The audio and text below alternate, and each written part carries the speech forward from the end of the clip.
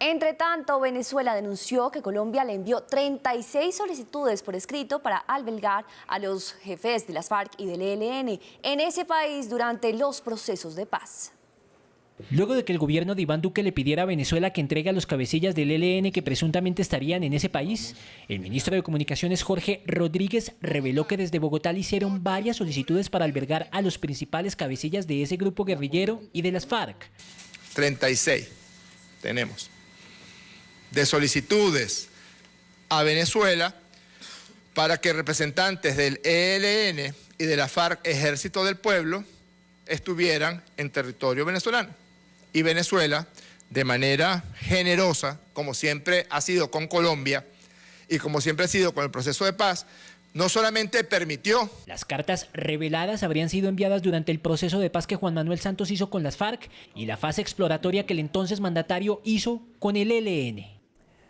Mauricio, muy buenas noches. Hola Paula, ¿qué tal? Pues bien, aquí pendiente de lo que es noticia hoy en el país, y una de esas noticias tiene que ver justamente con lo que ya veíamos, que es alias de Gavino. ¿Qué pasa y qué va a seguir pasando con él ahora que el ELN pues lo designa como miembro de la mesa de paz que ellos esperan retomar con el gobierno, aunque el gobierno no ha dicho nada, y el gobierno lo que dice es que el ELN está haciendo esto para librar a Gavino de estas órdenes de captura que pesan en su contra, pero parecería que no es suficiente, o sí, desenrédenos usted un poco la duda que tenemos muchos ahí. Si él pasa a ser miembro de esta mesa de negociación, ¿tiene el gobierno sí o sí que levantarle las órdenes de captura? No, de ninguna manera, Paula. Recordemos cuál es el antecedente de esta designación por parte del ELN.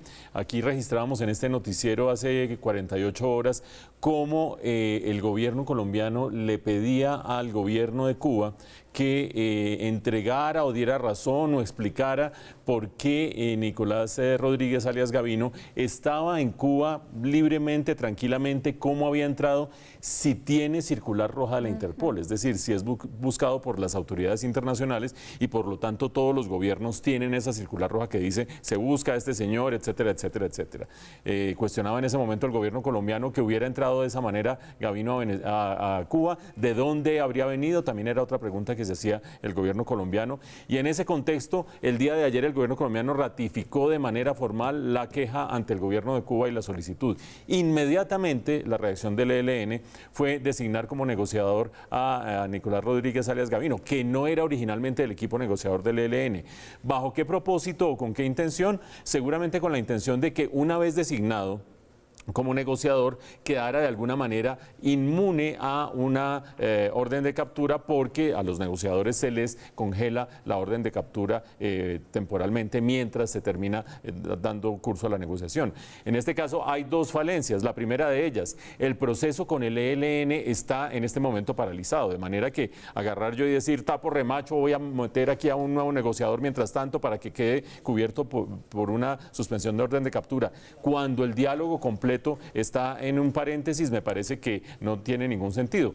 Pero fuera de eso, y a la pregunta que se hace Paula y se hace buena parte de los colombianos alrededor de este tema, la decisión final de suspender la orden de captura sobre cualquier individuo, en este caso negociador o en este caso guerrillero del ELN, recae en el presidente de la República. No es una prerrogativa automática de alguien que nombre como negociador a una persona, sino que el presidente es quien toma la última decisión. ¿La tomará o no la tomará? Pues por supuesto que no en las actuales condiciones, lo hemos dicho en este noticiero, también en los últimos 2 días, como mientras no se suspenda por completo el secuestro, el reclutamiento de niños y fuera de eso los atentados a la infraestructura económica, en concreto a los oleoductos, no habrá un paso adelante del gobierno colombiano para seguir la negociación y mucho menos pues para levantarle orden de captura a alias Gavino.